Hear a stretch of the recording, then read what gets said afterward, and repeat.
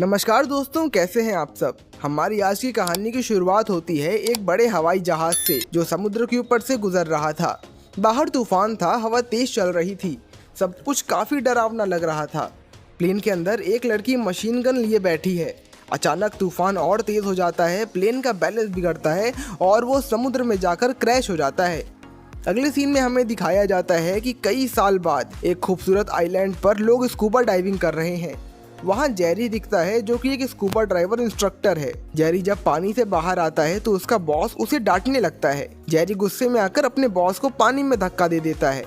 दूसरे सीन में जेरी की गर्लफ्रेंड सैम आती है। दोनों में प्यार भरी बातचीत होती है और उनके बीच पैसों की तंगी का जिक्र भी होता है। जिसके बाद एक बड़ी याट पास से गुजरती है। उसमें से जॉर्ज चिल्लाता है, जेरी, जॉर्ज, मैं खजाना ढूंढने गहरे पानी में जा रहा हूँ, मेरे साथ काम करना चाहोगे? जिस पर जेरी कहती है कि अगर 50-50 की डील होगी, जिसमें जो मिलेगा वो आधा तेरा और आधा मेरा, तो मुझे कोई एतराज़ नहीं है। जॉर्ज को ये शर्त पसंद नहीं आती और वो चला जाता है। डेरिक और उसकी गर्लफ्रेंड अमांडा आइलैंड पर आते हैं। डेरिक और जेरी बचपन के दोस्त होते हैं, सब मिलकर मस्ती करते हैं। डेरिक उन्हें बीच हाउस और प्राइवेट बोट भी दिखाता है। जिसके थोड़ी देर बाद चारों लोग, जेरी, सैम, डेरिक और अमांडा समुद्र में उतरते हैं। नीचे उन्हें पुराने जमाने का पत्थर, खंजर और फिर क्रैश हुआ एक प्लेन दिखाई देता है। जेरी को एक खंजर मिला था जिसकी मयान सोने की थी और हैंडल पर डायमंड्स लगे थे। प्लेन के अंदर लाश, कोकेन के पैकेट्स और कई रहस्य खुलते हैं। जेरी बिना कुछ बोले खंजर से पैकेट काटता है और सारा माल समुद्र में फेंक देता है।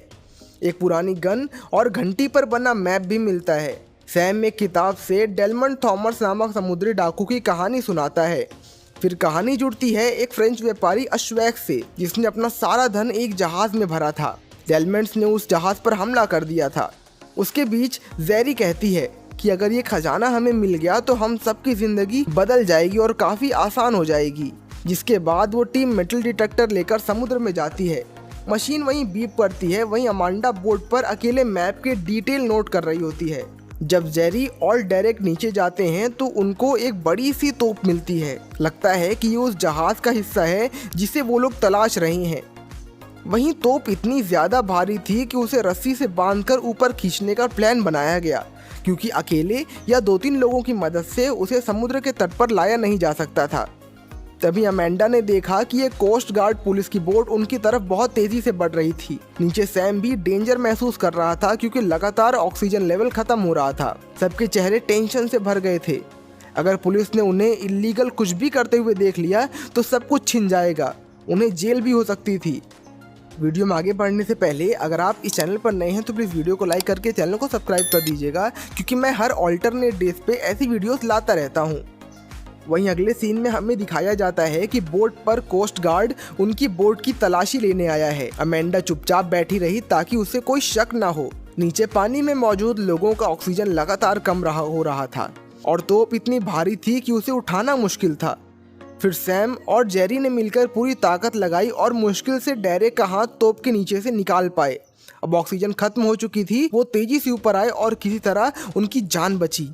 सब थक चुके थे लेकिन कम से कम जिंदा तो थे। जब पुलिस की बोट कुछ नहीं मिला तो वो वापस चले गए। उसी रात चारों एक नाइट क्लब में गए। अमेंडा पूरी एनर्जी के साथ डांस कर रही थी। तभी जेरी का एक पुराना दोस्त आया और उससे कहने लगा कि कुछ लोग तुम्हारे बारे में पूछ रहे थे और वो इस आइलैंड के तो नहीं लगते। उसी बीच डेरिक की एक लोकल गुंडे से फाइट हो गई। जेरी ने उसे खींचकर बाहर निकाला और कहा, अभी कोई झमेला नहीं चाहिए, हम खजाना ढूंढने आए हैं और ढूंढ कर जाएंगे। जिसके बाद अगली सुबह टीम फिर से ड्राइविंग गियर पहनकर समुद्र में उतर गई। लेकिन इस बार उन्होंने देखा कि एक अनजान बोट उनके बोट के साथ लगकर खड़ी है। जेरी और डेरिक ने एक दूसरे को देखा। अब ये साफ था कि कोई उनका लगातार पीछा कर रहा है। जब वो पानी से लौट कर आए तो उन्होंने देखा कि 2 अजीब लोग उनकी बोट पर घुस आए थे। जेरी और डेरिक ने तुरंत उनका पीछा किया। उन लोगों के बीच एक ज़बरदस्त लड़ाई छिड़ गई। आखिर में हमलावर भाग निकले लेकिन उनमें से एक की टोपी गिर गई। जेरी ने टोपी उठाई और उस पर लिखा नाम पढ़ा। उसका चेहरा बदल गया। वो टोपी लेकर जॉर्ज के पास गया और कहा, ये नाम तेरी पुरानी कंपनी का है ना? अब तू गुंडे भेज रहा है मेरे पीछे। बहुत सारे लोग मेरी कंपनी में आए और छोड़कर चले भी गए। सबको याद थोड़ी रखता हूँ मैं। मेरे पास पैसा है, वक्त है, तेरे पास क्या है, सिर्फ एक सपना। वहीं अगले सीन में हमें दिखाया जाता है कि शाम को टीम ने वापस प्लानिंग शुरू करी। जेरी ने कहा कि हमारे पास सही औजार नहीं है, कैसे ढूंढते खजाना। तब डेरेक ने एक आइडिया दिया, प्लेन में जो कोकेन के पैकेट पड़े हैं उन्हें बेचकर हम इक्विपमेंट्स खरीद सकते हैं। लेकिन जेरी इस प्लान के लिए राजी नहीं हुआ। उसी रात डेरेक चुपके से अमेंडा के कमरे में गया।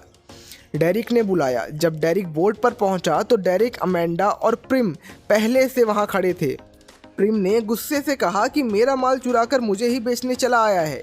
मैं इस आइलैंड का बॉस हूँ, तुम लोग मुझे चूना लगाकर यहाँ से कभी भाग नहीं पाओगे। उसने बंदूक निकाली और सीधा जेरी के चेहरे पर तान दी।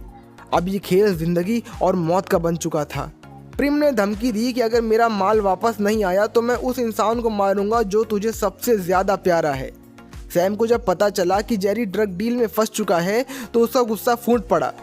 अब असली खजाने की खोज शुरू हो चुकी थी। टीम को एक पुरानी घंटी मिली थी जिसमें लिखा था SS ऑरा। सब कुछ ठीक चल रहा था, लेकिन तभी बोर्ड पर खड़े जेरी को नीचे से कुछ अजीब आवाज आई। पानी में कूदते ही उसने देखा कि एक शार्क अमेंडा पर हमला कर रही है। फिन को सोने का खंजर दिखाई दिया, वो कोकेन से भी 10 गुना ज्यादा कीमती था। जेरी ने कहा कि ये सब मुझे मिलेगा अगर तू मेरा आदमी बनकर रहे। इसके बाद जेरी और फिन ग्रिम की बोट पर पहुंचे। जेरी ने चालाकी से समुद्र में छलांग लगाई। जेरी ने अपने आदमियों को ऑर्डर दिया कि जिंदा या मुर्दा, मुझे वो आदमी चाहिए। आखिर में सच्चाई सामने आई। पुलिस वाला भी जॉर्ज से मिला हुआ था। सैम को सीधे जॉर्ज को सौंप दिया गया और फिर शुरू हुआ आखिरी खेल। अब क्या इस आखिरी खेल में वो जिंदा बचेंगे? क्या उनको खजाना मिलेगा? और अगर मिल भी गया तो क्या वो उसे समुद्र से बिना पुलिस की नज़रों में आए निकाल पाएंगे?